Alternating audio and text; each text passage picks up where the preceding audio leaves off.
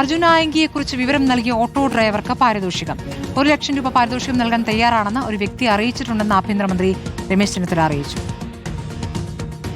കണ്ണൂരിൽ ആ ഓട്ടോറിക്ഷ ഡ്രൈവർക്ക് ഒരു പാരിതോഷികം നൽകാൻ തീരുമാനിച്ചിരിക്കുകയാണ്. ഒരു പൊതുജന താല്പര്യമുള്ള വ്യക്തി 1 ലക്ഷം രൂപ ആ ഓട്ടോറിക്ഷ ഡ്രൈവർക്ക് നൽകണമെന്ന് എന്നോട് ഫോണിൽ വിളിച്ച് ആവശ്യപ്പെട്ടു. അദ്ദേഹം ആ പൈസ തരാമെന്നും പറഞ്ഞു. അപ്പോൾ പൊതുജനങ്ങളോട് താല്പര്യമുള്ളൊരു വ്യക്തിയാണ് ആ പയ്യന്നൂരിലെ ഓട്ടോറിക്ഷ ഡ്രൈവർക്ക് ഞാൻ ആ പൈസ കൊടുക്കണമെന്ന് പറഞ്ഞ് എനിക്ക് ഇന്ന് തരുമെന്നാണ് പറഞ്ഞിരിക്കുന്നത്. അത് തീർച്ചയായിട്ടും ആ ഓട്ടോറിക്ഷ ഡ്രൈവർ ഞാൻ അദ്ദേഹത്തെ അഭിനന്ദിക്കുന്നു. ആ തരുന്ന പണം അദ്ദേഹത്തിൻ്റെ കയ്യിൽ ഞാൻ ഏൽപ്പിക്കുന്നതാണ്.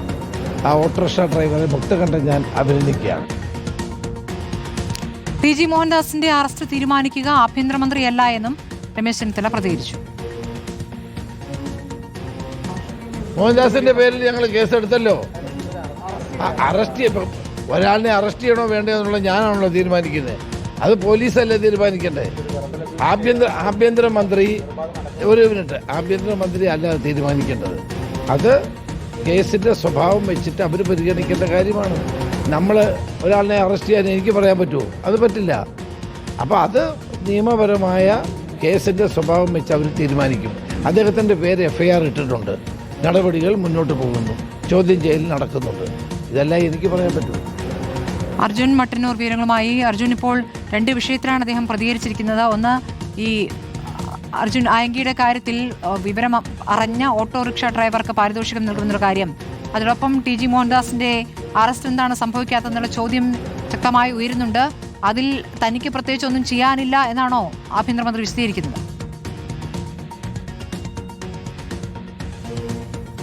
സ്മൃതി, അങ്ങനെ തന്നെയാണ്. ഒന്നാമത്തെ കാര്യം, അർജുൻ ആയങ്കിയെ കണ്ടെത്താൻ വേണ്ടി പോലീസ് സംസ്ഥാന വ്യാപകമായി പരിശോധന നടത്തിയപ്പോൾ ഇന്നലെ രാത്രി അർജുൻ ആയങ്കി അഭിഭാഷകയുടെ വീട്ടിലേക്ക് എത്തി എന്ന വിവരം പോലീസിന് നൽകിയത് ഓട്ടോ ഡ്രൈവറാണ്. അർജുൻ ആയങ്കി സഞ്ചരിച്ച ഓട്ടോ ഡ്രൈവറാണ് കൃത്യമായി പോലീസിന് വിവരം അറിയിക്കുകയും പോലീസ് അത് പരിശോധിച്ച ശേഷം അർജുൻ ആയങ്കി ഇന്ന് പുലർച്ചെ 2:30 പിടികൂടുകയും ചെയ്തത്. ആ ഓട്ടോ ഡ്രൈവർക്ക് 1 ലക്ഷം രൂപ പാരിതോഷികം നൽകാൻ തയ്യാറാണ് എന്നൊരു വ്യക്തി ആഭ്യന്തരമന്ത്രിയെ അറിയിച്ചിട്ടുണ്ട് എന്നാണ് അദ്ദേഹം പറഞ്ഞത്. അതുകൊണ്ട് തന്നെ ആ പാരിതോഷികം കൃത്യമായി തന്നെ ആ ഓട്ടോ ഡ്രൈവർക്ക് നൽകും. ആ ഓട്ടോ ഡ്രൈവറെ അഭിനന്ദിക്കുന്നു എന്നും ആഭ്യന്തരമന്ത്രി പറയുന്നുണ്ട്. അതേസമയം ടി.ജി. മോഹൻദാസിനെതിരെ ഏതാണ്ട് 10-12 ദിവസമായി കേസെടുത്തിട്ട് ഇതുവരെ ടി.ജി. മോഹൻദാസിനെ അറസ്റ്റ് ചെയ്തിട്ടില്ല. സ്വാഭാവികമായും അതുമായി ബന്ധപ്പെട്ട ചോദ്യങ്ങൾക്ക് അദ്ദേഹം ഉത്തരം പറഞ്ഞത് ആഭ്യന്തരമന്ത്രിയല്ല അറസ്റ്റ് ചെയ്യണോ ചെയ്യേണ്ടയോ എന്ന കാര്യം തീരുമാനിക്കുന്നത്, അത് പോലീസാണ്. തനിക്ക് അത്തരമൊരു നിർദ്ദേശം നൽകാൻ കഴിയില്ല എന്നാണ് അദ്ദേഹം പറയുകയും ചെയ്തത്.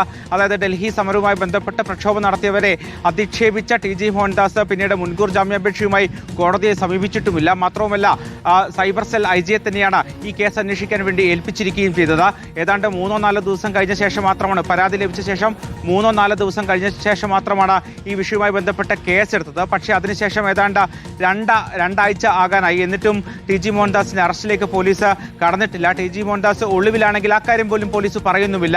എന്തായാലും ഇതുമായി ബന്ധപ്പെട്ട് സർക്കാരിനൊന്നും ചെയ്യാനില്ല എന്നതാണ് ഇപ്പോൾ ആഭ്യന്തരമന്ത്രി പറയുന്നത്. ശരി, അർജുൻ മട്ടന്നൂരാണ് വിവരങ്ങൾ നൽകി.